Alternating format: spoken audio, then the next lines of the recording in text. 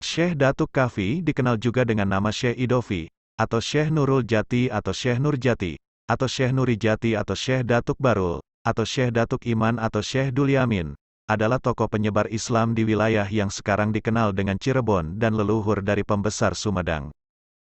Dia pertama kali menyebarkan ajaran Islam di daerah Amparan Jati. Syekh Datuk Kahfi merupakan buyut dari Pangeran Santri atau Ki Gedeng Sumedang, penerus penguasa di Kerajaan Sumedang Larang Jawa Barat, dan putera dari Syekh Datuk Ahmad. Ia juga merupakan keturunan dari Amir Abdullah Khan. Datuk Kahfi adalah tokoh perintis dakwah Islam di wilayah Cirebon. Ia menggunakan nama Syekh Nurjati pada saat berdakwah di Giri Amparan Jati. Yang lebih terkenal dengan nama Gunung Jati, sebuah bukit kecil dari dua bukit, yang berjarak kurang lebih 5 km sebelah utara kota Cirebon, tepatnya di Desa Astana Kecamatan Gunung Jati Kabupaten Cirebon. Sebelumnya Syekh Nurjati dikenal dengan nama Syekh Datuk Kahfi atau Maulana Idofi Mahdi. Secara kronologis singkat, Syekh Nurjati lahir di Semenanjung Malaka. Setelah berusia dewasa muda pergi ke Mekah untuk menuntut ilmu dan berhaji, Syekh Nurjati pergi ke Baghdad dan menemukan jodohnya dengan Syarifah Halimah serta mempunyai putra-putri. Dari Baghdad ia pergi berdakwah sampai di Pesambangan, bagian dari Nagari Singapura, sekarang Desa Mertasinga Kabupaten Cirebon. Ia wafat dan dimakamkan di Giri Amparan Jati. Cerita tentang Syekh Nurjati dijumpai dalam naskah-naskah tradisi Cirebon yang merupakan bukti sekunder. Naskah-naskah tersebut berbentuk prosa. Di antaranya, Carita Purwaka Caruban Nagari, Babat Tanah Sunda dan Sejarah Cirebon, serta naskah yang berbentuk tembang di antaranya Carup Kanda, Babat Cirebon, Babat Cirebon terbitan SZ Hadi Sucipto, Wawacan Sunan Gunung Jati, Naskah Mertasinga, Naskah Kuningan dan Naskah Pulasaren. Dari sekian banyak naskah hanya naskah Babat Cirebon terbitan Brandes saja yang tidak memuat tentang Syekh Nurjati, sedangkan naskah tertua yang menulis tentang Syekh Nurjati dibuat oleh Arya Cirebon pada tahun 1706 Masehi. Setelah Syekh Datuk Kahfi menuntut ilmu di Mekah, Syekh Nurjati mencoba mengamalkan ilmu yang diperoleh dengan mengajarkannya di wilayah Baghdad. Di Baghdad Syekh Nurjati menikah dengan Syarifah Halimah, putri dari Ali Nurul Alam putra dari Jamaluddin Akbar Al-Husaini dari Kamboja, yang merupakan putra dari Ahmad Shah Jalaluddin, putra Amir Abdullah Hanuddin. Jadi, Syekh Nurjati menikah dengan saudara secicit. Dari pernikahan tersebut, mereka dikaruniai 4 orang anak, yakni 1. Syekh Abdurrahman yang kelak di Cirebon bergelar Pangeran Panjunan, ayah Pangeran Tubagus Angke, dan Pangeran Pamelekaran kakek Pangeran Santri. 2. Syekh Abdurrahim, kelak bergelar Pangeran Kejaksan. 3. Fatimah, yang bergelar Syarifah Baghdad menikah dengan Syarif Hidayatullah atau Sunan Gunung Jati. 4. Syekh Datul Hafid, kadang-kadang disebut juga sebagai Syekh Datul Kahfi, sehingga membuat rancu dengan sosok ayahnya yaitu Syekh Datuk Kahfi, atau Syekh Nurjati di beberapa manuskrip yang lebih muda umurnya, contohnya Babat Cirebon Keraton Kasepuhan. Keempat anak tersebut dijamin nafkahnya oleh kakak Syarifah Halimah, Syarif Sulaiman yang menjadi raja di Baghdad. Syarif Sulaiman menjadi raja di Baghdad karena menikahi putri mahkota Raja Baghdad. Syekh Kuro merupakan utusan Raja Campa. Secara genealogis, Syekh Kuro dan Syekh Nurjati adalah sama-sama saudara seketurunan dari Amir Abdullah Hanuddin generasi keempat. Syekh Kuro datang terlebih dahulu ke Amparan bersama rombongan dari Angkatan Laut Cina. Dari dinasti Ming yang ketiga dengan kaisarnya Yunglo atau Kaisar Chengtu, armada Angkatan Laut tersebut dipimpin oleh Laksamana Cheng Ho alias Sampo Taikam. Mereka mendarat di Muara Jati pada tahun 1416 Masehi. Mereka semua telah masuk Islam. Armada tersebut hendak melakukan perjalanan melawat ke Majapahit dalam rangka menjalin persahabatan. Ketika armada tersebut sampai di Pura Karawang, Syekh Kuro atau Syekh Hasanuddin, beserta pengiringnya turun. Syekh Kuro pada akhirnya tinggal dan menyebarkan ajaran agama Islam di Karawang. Kedua tokoh ini dipandang sebagai tokoh yang mengajarkan Islam secara formal yang pertama kali di Jawa Barat, Syekh Kuro di Karawang dan Syekh Nurjati di Cirebon. Ketika armada Cheng Ho singgah di Pura Karawang, Syekh Kuro dan pengiringnya turun. Di antara pengiringnya adalah putranya yang bernama Syekh Bentong alias Kiai Bahtong alias Tan Gowat.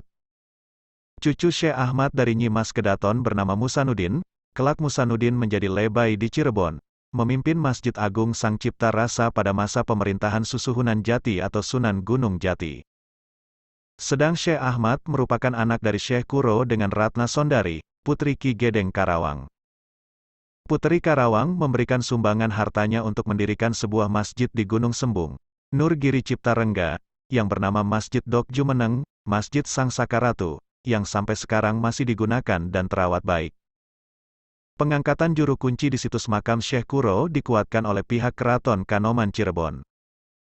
Di Kampung Pesambangan, Syekh Nurjati melakukan dakwah Islam, karena menggunakan cara yang bijaksana dan penuh hikmat dalam mengajarkan agama Islam, maka dalam waktu relatif singkat pengikutnya semakin banyak.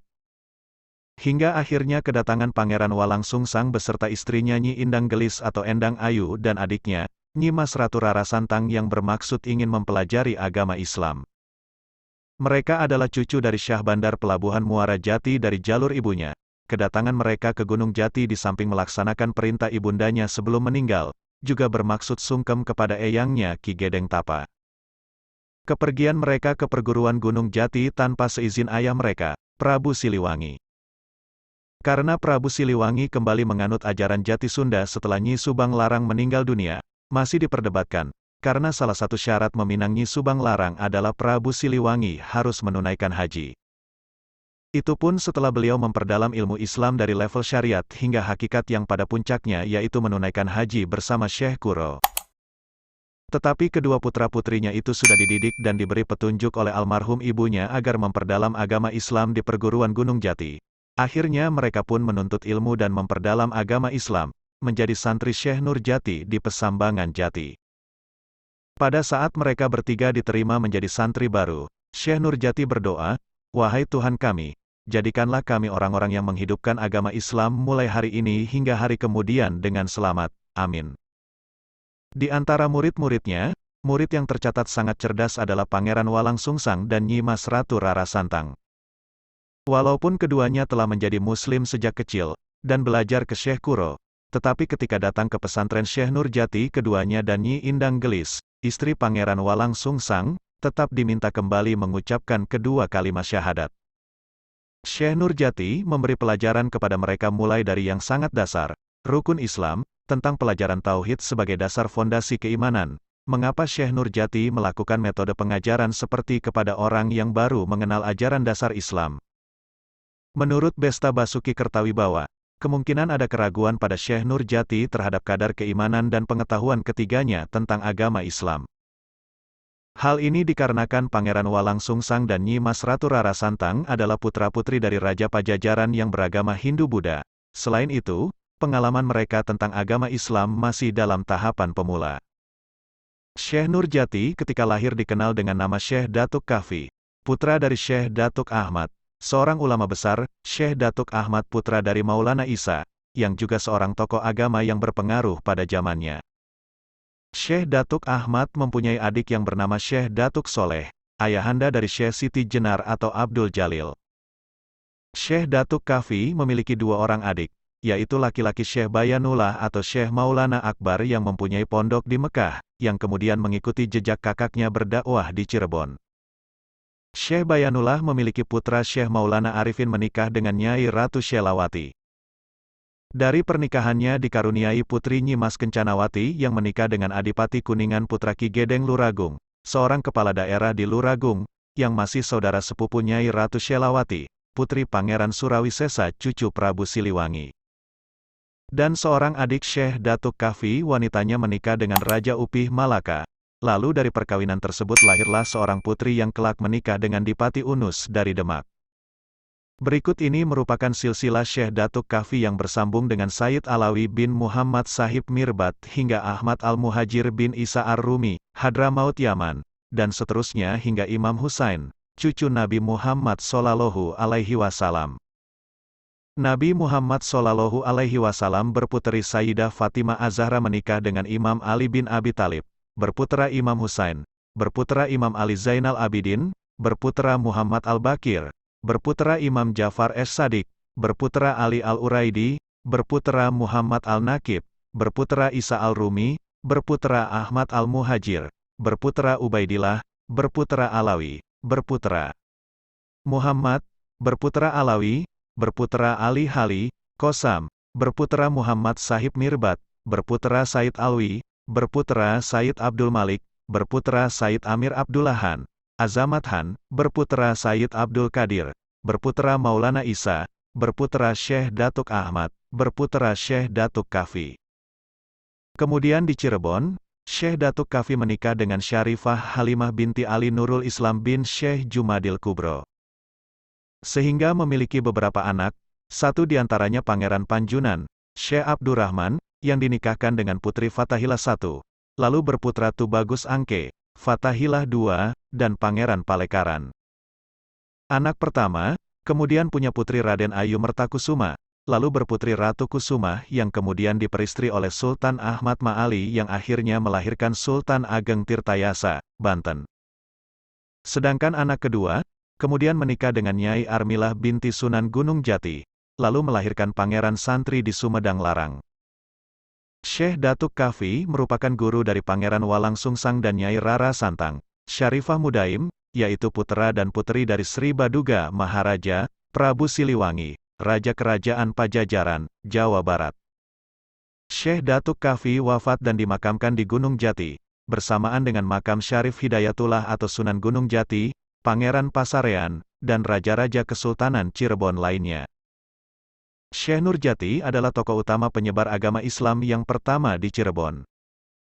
Tokoh yang lain adalah Maulana Maghribi, Pangeran Mahdum, Maulana Pangeran Panjunan, Maulana Pangeran Kejaksan, Maulana Syekh Bantah, Syekh Majagung, Maulana Syekh Lemah Abang, Mbah Kuwu Cirebon atau Pangeran Cakrabuana, dan Syarif Hidayatullah. Pada suatu ketika mereka berkumpul di Pasanggerahan Amparan Jati, di bawah pimpinan Syekh Nurjati. Mereka semua murid-murid Syekh Nurjati. Dalam sidang tersebut Syekh Nurjati berfatwa kepada murid-muridnya. Wahai murid-muridku, sesungguhnya masih ada suatu rencana yang sesegera mungkin kita laksanakan, ialah mewujudkan atau membentuk masyarakat Islamiyah. Bagaimana pendapat para murid semuanya dan bagaimana pula caranya kita membentuk masyarakat Islamiyah itu? Para murid dalam sidang mufakat atas rencana baik tersebut. Syarif Hidayatullah berpendapat bahwa untuk membentuk masyarakat Islam, sebaiknya diadakan usaha memperbanyak tablik di pelosok, dengan cara yang baik dan teratur. Pendapat ini mendapat dukungan penuh dari sidang, dan disepakati segera dilaksanakan. Sidang inilah yang menjadi dasar dibentuknya organisasi dakwah Dewan Wali Songo.